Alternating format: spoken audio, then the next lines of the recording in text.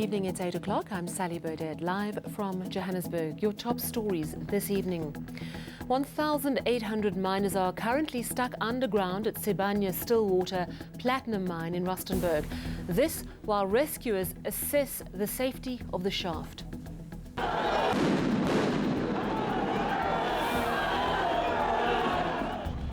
Municipal workers bring the Durban city centre to a standstill over the hiring of MK veterans, apparently on a higher salary.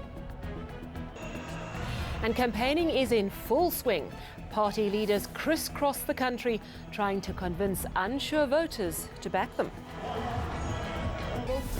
Well, 1,800 workers are stuck underground this evening in Rustenburg after an incident at a Sibanye mine near the town this afternoon. It seems that about 1 o'clock today, rails which were being sent underground at Sibanye-Stillwater Platinum Mine fell down the shaft. Now, until an inspection has determined whether the shaft is damaged, miners are waiting underground. To give us the very latest, I'm joined now on the line by Sibanye-Stillwater's James Wellstead. Good evening to you, Mr. Wellstead. Thank you very much for joining us. Could you tell us whether that Thembelani shaft is damaged? Have you been able to assess its safety?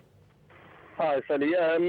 So far, we're cautiously optimistic that there hasn't been any significant damage. We're still continuing with the, obviously, the assessment of the infrastructure and the structural integrity of the infrastructure. But so far, we haven't found any damage, so we're cautiously optimistic that we'll be able to bring the workers up that shaft, yeah. Now, my understanding is even if it is damaged, you can safely use an adjacent shaft, the Kusaleka shaft, which I presume is a bit of a walk. Would that be safe to get the miners out? Yes, so we always have to have a second outlet, and Kusaleka is the second outlet. It's about 4 k's away, but we could certainly bring the employees up through that shaft. Can you give us an assurance this evening, Mr. Wellstead, that all miners trapped underground currently will safely be brought out of this mine eventually? Well, we're certainly doing our best. I mean, safety is obviously our first priority, and our employees are our key stakeholders. So we're doing whatever in our power to make sure that they are safe. At this point, there's no real danger. They're at the waiting place and they're safe there, and we think that we'll be able to bring them all up safely. Why do you say at this point? Can you not give me a clear assurance that they're absolutely going to be safe? Well, I think we need to complete the shaft inspection. If there is no damage, then it'll be, we'll be able to bring them up to Thembelani. If there is damage, we'll have to take them across to Kusaleka, which will mean a 4K walk, which obviously there is risk involved there. And that's why we haven't brought them out through that route already. Can you give us an idea when you're going to know whether that first shaft is safe? Hours or longer? Yeah, it's difficult to say. I mean, we're busy with the inspection, as I said, and it's obviously a complex mechanical entity. So we need to make sure that we cover all of the bases and make sure that it's safe. But we hope fairly soon to be able to make a decision on that. Well, thank you very much for that update. That was James Wellstead, spokesperson for Sibanye-Stillwater, explaining to us that the current shaft is being assessed for safety. If it is unsafe, they will walk 4 kilometres to the next outlet. Well, it's all quiet in the Durban CBD at last this evening after a day of chaos.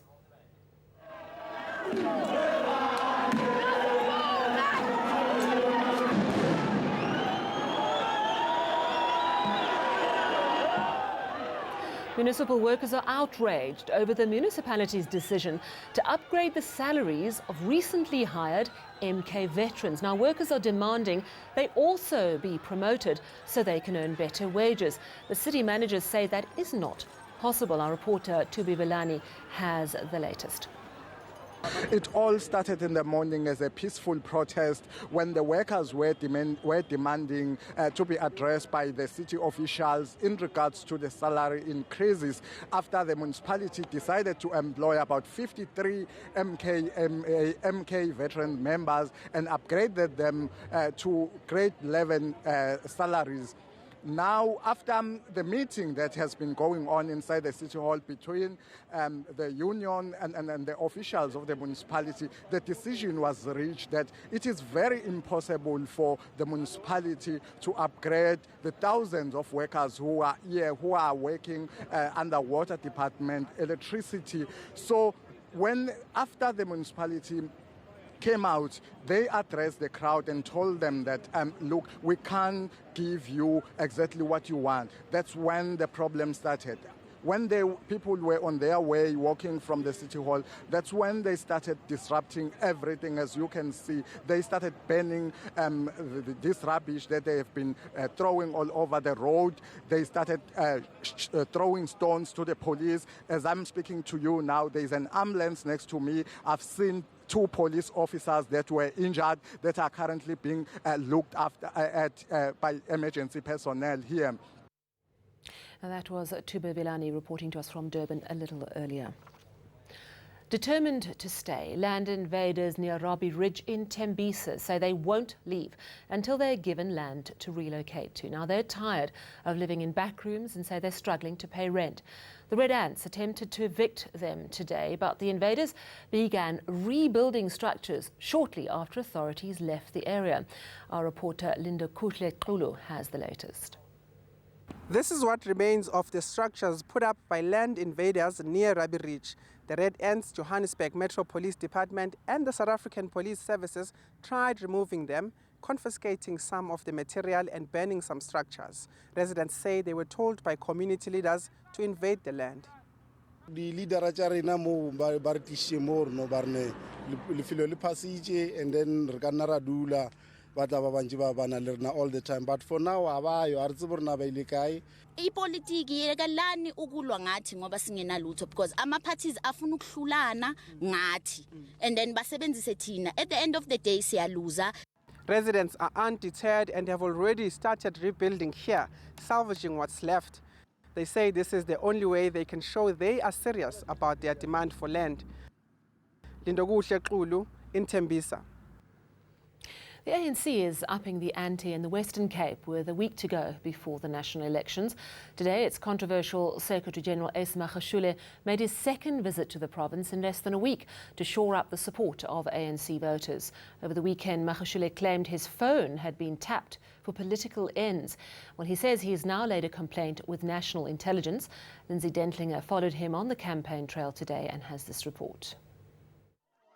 The ANC's embattled Secretary-General on the charm offensive again. Ace Magashule has promised Khayelitsha residents a chance at a better life if they vote ANC. So after elections we'll talk. Just vote ANC, make no mistake. This is what the DA was giving to our people. Magashule says these residents deserve more than what the DA has offered them after 10 years of running the province. While on the campaign trail in the Free State last weekend, Magashule claimed he's being spied on. I've laid the complaint with IG, and I think let's leave it there. But he won't say when he did so. It's a matter between me and the IG. Magashule meanwhile says government's land expropriation plans are not intended to only benefit one sector of the population. Expropriation of land must not know any color. Our people is not only black, it's black and white. So those poor working class white people must definitely be given a decent shelter. Magashule has also laughed off claims by EFF leader Julius Malema that the ANC is dying. The ANC, can you see it dying? You are a witness yourself that the ANC is alive and the ANC is going to win overwhelming majority of South Africans. The ANC believes it can turn around its misfortunes at the polls next week in the only province it doesn't govern. Lindsay Dentlinger, Khayelitsha. One of the DA's key election promises is a job in every home. But with around 14 million homes in South Africa, is this realistic when there's less than 2% economic growth? Well, the DA took its campaign to the northwest today, trying to make inroads in a province where the party was pushed into third place in 2014.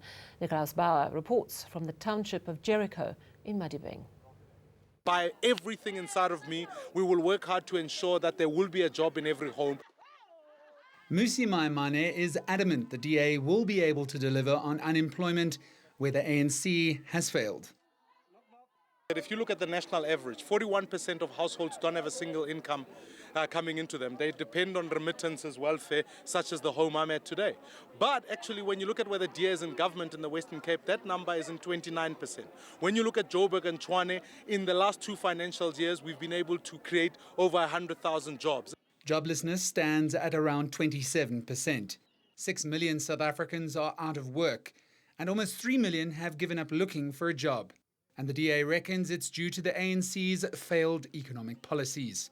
We need to deregulate certain sectors. One of the key challenges in South Africa, the reason why people can't hire people is because it's difficult to hire people. And ultimately, more than anything, we want to introduce a national civilian service for a year where young people can work in that year and be able to earn an income while they're learning the requisite experience. It's a tall order, but Maimane seems to have convinced some. I think DA can do a lot of changes if it can have the power, get our votes. Have you decided who you're going to vote for on May the 8th? May the 8th, there is a lot of promises, but I think my vote,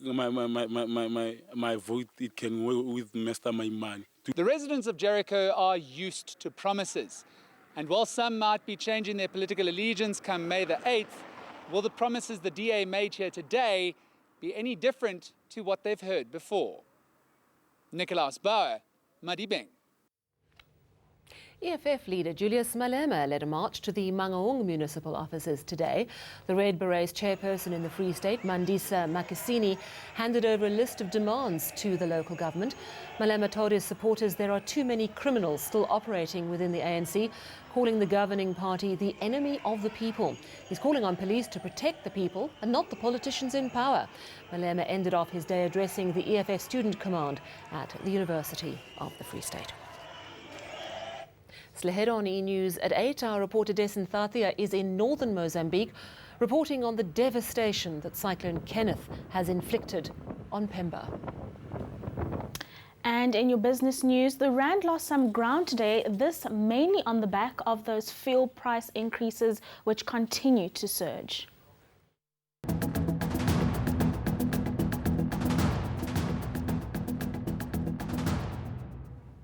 Business and the economy now with Rufio Madzena. Good evening.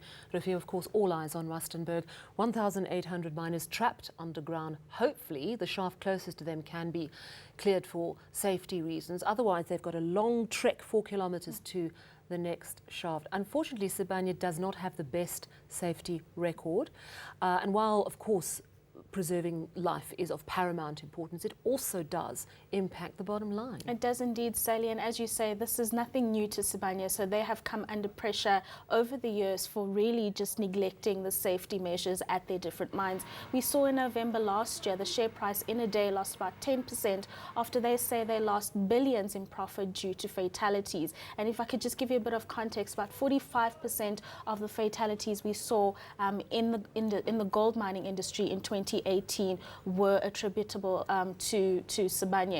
So what we're seeing here is major risk. A lot of investors are going to be very cautious given the fact that this is happening. What we're going to be seeing with Sibanye is there are going to be a lot more safety assessments. This really does take production back a whole lot because these could take weeks. Another issue here is that Sibanye has gotten cash up front for gold that they are set to be producing at a future date after a specific time. This might not happen given the implications on the production. And quite a blow coming so soon after the end of that 5-month UMCUS strike. It really is tough times for all the miners and, of course, for the mining group as well. And tough times for us in terms of the petrol price going up by, what, about 54 cents a litre at midnight? Yeah, absolutely. So another record increase in our petrol price hike. And here, the main driver has been that higher oil price. While we have seen it pair some of those gains, there's still concerns around production output by the OPEC nations as well as the US, and given the sanctions in Iran. So consumers here are going to be feeling not only the impact of a higher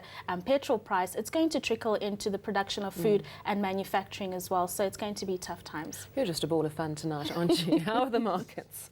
Not a great day on the markets today either, Sally. So the JSE fell a little today, but stayed within its 5 consecutive month of gains this month. So the JSE has been given a boost by the both dovish turn by the US Federal Reserve and by economic data showing that the global economy isn't slowing as fast as was feared.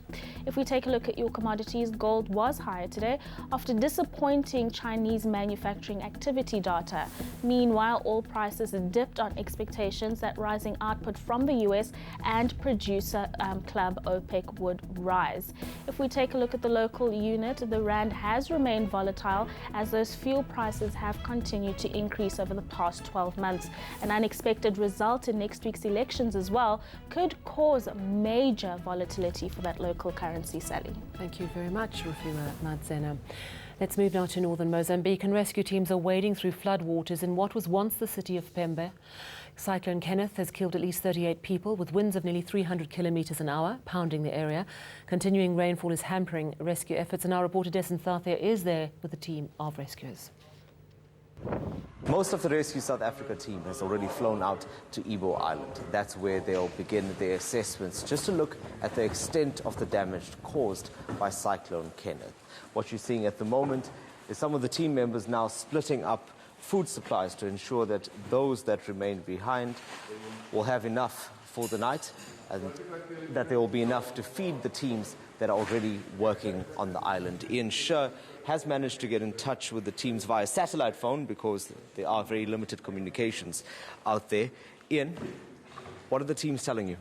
Look, they've just started, they've found accommodation, they're starting to organise transport on the island through contacts that they have from South Africa. They should be, hopefully, as we speak, I'm hoping that they've started their assessments. Well, still ahead, we'll go to our weather centre for all the details with Candice ahead of your May Day public holiday. And then, not to be confused with the bikini, the burkini is now making front covers of top-selling fashion magazines. I don't even know how to swim. Like, we're going back to Canada.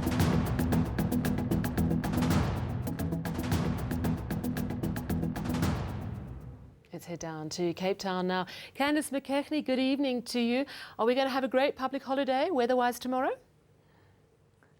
Hi, good evening, Sally. Well, most of South Africa can expect a sunny and warm Workers' Day tomorrow. However, we have had a cold front in the Western Cape today, and that still brings in quite a bit of cloud over the southern part of South Africa, as well as a very slight chance of light morning rain over the southern part of the Western Cape. It also still brings in cooler weather over the southern parts and some cloud, but fine and dry weather conditions are expected for most weather stations across the country with a warm afternoon, and we might see a few drops of rain over the far northeastern part of KwaZulu-Natal. So here's your detailed forecast across South Africa on Wednesday. 34 degrees and sunny for Uppington, 30 for Pietersburg and Kimberley, and Sutherland at 4 and 23. Dry throughout the Western Cape interior with some cloud, especially over the southern parts. You'll see a very slight chance of early morning light rain for Bredasdorp and Muscle Bay at 21. Cape Town at 23, Georgia 21. Much cooler for the Eastern Cape tomorrow, especially in comparison to sizzling hot weather today. 23 from Adelaide through to Bishu and East London. We're expecting a predominantly dry forecast for KwaZulu-Natal with highs in the upper 20s. A slight chance of rain for Richards Bay at 28. Sunny and dry throughout Mpumalanga. A cold start to the day for the Highveld and a hot afternoon for Bombela and Skukuza at 32 and 34 degrees. Sunny and warm to hot weather continues for Limpopo as well as much of Northwest, with maximum temperatures heading into the middle and upper 20s. You'll also see a sunny Wednesday throughout the Free State. Quite cold in the morning for a few of those weather stations, but with highs in the mid-20s. We're also expecting sunny and warm weather yet again for Gauteng, Soweto and Johannesburg at 25, and Pretoria even warming up to 27 degrees. Hot weather returns to the Eastern Cape and KwaZulu-Natal on Thursday, with sunny and warm conditions continuing across the interior. A cold front arrives in Cape Town on Thursday, and by Friday we'll see cooler weather and some rain over the western and southern parts, but yet another sunny and dry day across the interior. That's all from the Weather Centre. Have a lovely public holiday tomorrow. To you as well. Thank you very much, Candice McKechnie there in Cape Town. And finally, it's a clothing item that sparked great controversy in some parts of the world, but the burkini will for the first time grace the covers of a top-selling magazine. Somali-American model and activist Halima Aden is featured in Sports Illustrated's Swimsuits May issue, wearing the Muslim attire. Now, this makes her the first hijab-wearing woman to appear on a front cover in a burkini. Now, the feature was shot in Kenya, where Arden was born in a refugee camp. The burkini is a sport attire that's designed to be in line with Islamic traditions of modest dress. It's been banned in France and some parts of Germany and Morocco. From me and the team, it's a very good night to you.